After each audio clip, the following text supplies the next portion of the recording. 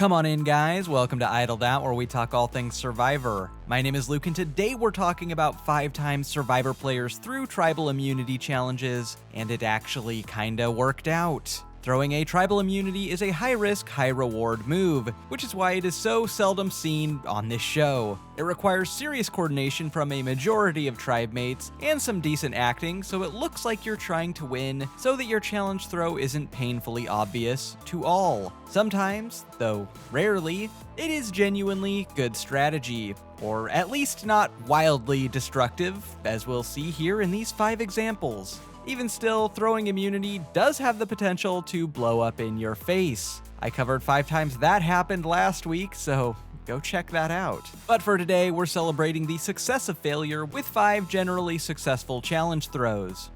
Okay, 4 and an attempt. I'll be ranking by general fame within the Survivor community rather than by how successful they were, and I'll be keeping this list to throws that were actually confirmed on TV rather than in post-game interviews. All that said, let's dig into 5 times Survivor players through challenges, and it actually kinda worked.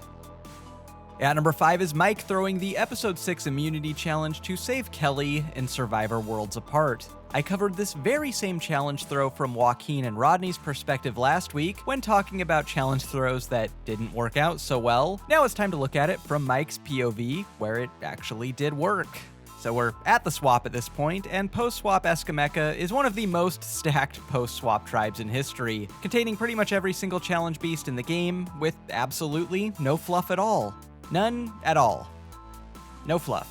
Perhaps that's because in the randomly drawn tribe swap, Escameca pulled 4 out of the 5 remaining players from the blue-collar tribe, as well as Joe, Joaquin, and Tyler. Kelly is the single blue-collar player sent over to Nagarote, the miscellaneous tribe, and she also happens to be Mike's closest ally. When Rodney says he wants to throw the upcoming immunity challenge to take out Joe, Mike's all in, if only to get Kelly to the merge. He believes she's in danger over on the other tribe. So Mike tries his best to throw the memory challenge, looking like, to quote Rodney, an absolute idiot doing so.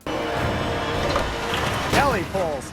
Mike's still looking at a curtain. Kelly can't get this right the first time or the second time, but finally on the 3rd try, with one less item to memorize and with Mike telling her exactly what to put where, she gets it, making her the only cop ever whose sudden onset short-term memory problems are actually legit. Back at camp, Mike teams up with Sierra, Dan, and Joe to take out Joaquin instead, because Rodney and Joaquin are too bro-y for comfort. But losing either Joaquin or Joe here is great for Mike, as he'll need as few physical threats as possible to challenge him heading into the merge. While Kelly was immediately idled out at the merge by the No-Caller Alliance, I still think this was a pretty successful move all around for Mike. He got his Survivor BFF to the merge, had his pick of physical powerhouses to vote off, and forced Rodney back into the burly arms of the Blue Collars. Sure, he was heated after the fact, but he'll run out of steam eventually, like a cute little tea kettle. That's what I was doing. I was working on a fugazi fake alliance this whole time for us Blues. I've been ride or die with you. I expected me and you be Scottie Pippen, Michael Jordan. Now I feel like I'm Luke Longley, bro. At number 4 is Ethan and Kim Johnson throwing the Episode 5 immunity challenge in Survivor Africa to vote off Silas. In Africa, the original Samburu tribe had a generational split between the baby boomers and the Gen Xers. The older players were getting decimated, with only T-Bird and Frank remaining at this point. Now, I know most of us probably agree that we can pretty safely discard complaints of old people, like, sorry, millennials killed chain restaurants. It was revenge for you killing the housing market. I love Applebee's. But T-Bird and Frank have some pretty legitimate grievances against the Mall Rat Alliance. I mean, Silas literally takes a knee like he's some inspiring football coach in a high school sports movie, before later telling the older players that the younger people aren't even going to tell them which of them is getting voted out. But can you guys please vote for who we tell you to vote for? Survivor's first ever tribe swap sent Silas, T-Bird, and Frank over to join Ethan, Kim, Jay, and Clarence at Baran. And this is a pretty tough spot for Silas, since, you know, T-Bird and Frank hate him. Finally, I have common ground with Frank. T-Bird begins spilling the beans to Ethan and Kim, telling them all about Silas's horrible reign as King of Samburu. Like most of her game, T-Bird plays this swap very well, getting Ethan and Kim on her side and planting the seeds of throwing the challenge. Ethan and Kim obviously know that Silas is a big threat at the merge, and thanks to the intel from T-Bird and Frank, they know that the original Samburu members still on Samburu are a united front. So throwing this upcoming challenge will ensure that their allies Lex, Tom, and Kelly stay safe on the other tribe. Seems like a strategic no-brainer to throw. And Silas's general personality and aura just make it that much easier of a decision. Luckily for us all, this gigantic puzzle challenge is a pretty easy one to throw. There's only so much puzzle Silas can do when everyone else is just kinda standing around. Now to his credit, Silas does do some scrambling, but it's all over here for Dollar Store Colby, who gets sent home unanimously in one of the most satisfying eliminations of Survivor's early years, in what was a game-advancing move for everyone on this tribe, and more importantly, an entertainment-advancing move for everyone watching.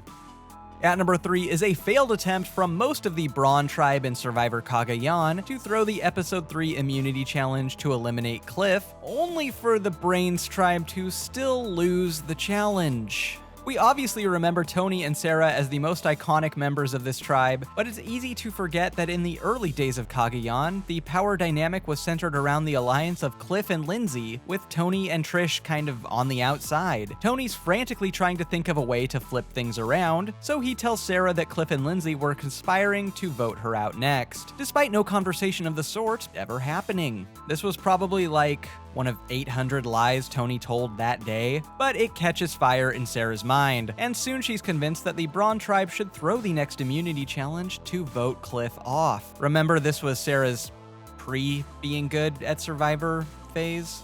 Sarah convinces Wu, who will basically do whatever the last person who speaks to him tells him to do, to throw the upcoming immunity challenge. And so most of the tribe is now on board to throw an immunity challenge on one of Tony's many lies. So how did they screw it up? Seems pretty easy to throw a challenge, like just be bad, you know? Enter the Brains tribe, one of the greatest train wrecks of all time, socially, strategically, and especially physically. Even when 3 out of the 4 challenge participants on Brawn are trying to throw away the challenge, the Brains still can't get it together and actually win something. Brawn takes their sweet time throwing the swim down and get buoys portion of the challenge, but it's all over when we reach the basketball portion of the challenge. Cliff has 1,380 NBA games played over an 18-year career, which hold on, let me check my notes. Yeah, I do believe that beats Spencer's record. Who knows how the swap would have shaken out with Cliff gone, but I'd guess that the most that would happen is that Cliff and Jatia, switch places in the elimination order, and that's it. But no need to worry about what ifs. Cliff sinks shot after shot, sending a flailing Brains tribe to Tribal Council for the 3rd time, despite the best efforts of Sarah, Wu, and Trish to throw the challenge away. With rebounders like Jatia on your side, who needs enemies? At number 2 is Ozzy throwing the Episode 2 immunity challenge to vote off Billy in Survivor Cook Islands. Okay, so this admittedly could have gone very poorly for Ozzy, and I don't think this was a good move, but there's a reason this video is called 5 times Survivor players threw challenges and it worked out, and not 5 times Survivor players threw challenges and it was the smartest, greatest, best move ever in history. I2 at this point is still the Hispanic tribe in this race-divided season, and they were a tribe divided. Ozzy and Christina were kind of butting heads for the leadership position in the tribe. Ozzy and JP didn't like Billy or his work ethic, and Cecilia was around.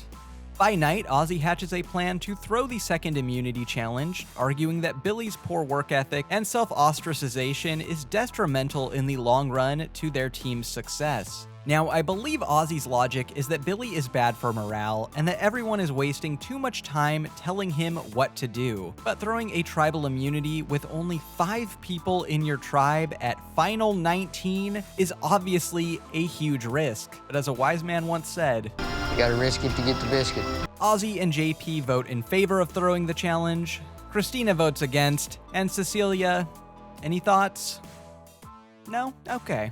At the challenge, Ozzy's obviously throwing it, and if we didn't know any better, we'd also think Billy was throwing it. Challenge lost, Billy tries to convince Christina that she's next on the chopping block and to join with him to vote off Ozzy, which, yes, true. But ultimately, Christina and Cecilia side with Ozzy and JP and vote off Billy. To defend Ozzy a bit here, if I2 didn't throw the challenge, it's entirely possible Ozzy and Billy end up swapped together, and given his somewhat convincing speech to Christina, I don't want to say likely, but possible that Billy would be able to convince some combination of post-swap players to take Ozzy out.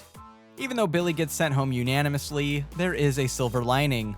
He found love in this game. Her name is Candace from Raro Tribe. I fell in love in this game. Love at first sight. Her name is Candace. And in between... Candace from Ruro Tribe. Yeah. Sparks fly after the challenge as Candace and Billy confess their love for one another, a classic Survivor love story that rivals Figgy and Taylor, or even David and Carolina, as the greatest Survivor love story of all time. So will you marry me, please? Shut the flipping front door. The most iconic, greatest, and most successful challenge throw in Survivor history is PG and Jaime throwing the Episode 5 immunity challenge in Survivor China to vote off Aaron. By Episode 5 in Survivor China, the Jianhu tribe was struggling. They'd lost 5 out of 7 challenges and only had their core alliance of 5 left. Other losses couldn't have anything to do with the fact that the other tribe had 3 giant dudes on it, could it? Well, Jianhu gets thrown a bone in Episode 5, when the tribes get to swap their 2 strongest members, as chosen by the opposing tribe. The disparity in strength between these 2 tribes is very apparent at this swap. Jianhu gets James and Aaron, men who would have had epic poems written about their glorious exploits in warfare had they lived in ancient times, tales of their victories in battle passed down for millennia, and Fei Long gets wall climby boy and an elementary school teacher. Despite having all this new beef on their tribe, PG and Jaime come to the honestly correct conclusion that they should throw the upcoming immunity challenge to keep Frosty and Sharia safe over on Fei Long in an effort to enter the merge 5-5. So they do exactly that, smirking through a puzzle they're bombing intentionally, throwing puzzle pieces around, all as James watches on in horror.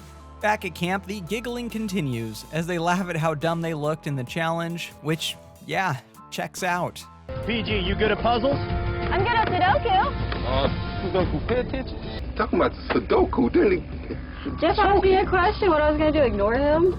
Yes! PG and Jaime get Eric on board to vote out Aaron, officially making him the most swap-screwed player ever. They consider throwing the next immunity challenge to vote off James, but back off because they get some weird vibes from Frosty and Sharia at the next reward challenge, who are giving them the cold shoulder, probably in an effort to stay alive on Fei Long. Now it's James's turn to throw an immunity challenge, as Todd gives him an immunity idol that he fully intends to use to idle out Jaime. Oh, Jaime, how the turntables. All Fei Long has to do is win this next immunity challenge. Oh, wait, never mind. Really, Denise? I mean, this isn't nearly as gross as half the stuff you're serving in public school lunchrooms. While it didn't translate into long-term success in the game, I think throwing the challenge was objectively the right move for PG and Jaime considering the circumstances. Proof that in certain situations, throwing a challenge is good, actually. Just don't forget your smile. Got nothing else for ya. To help me throw some more videos your way like I'm Jaime throwing puzzle pieces, like and subscribe, and I'll get you more Survivor content just like this. Until next time, don't get idled out.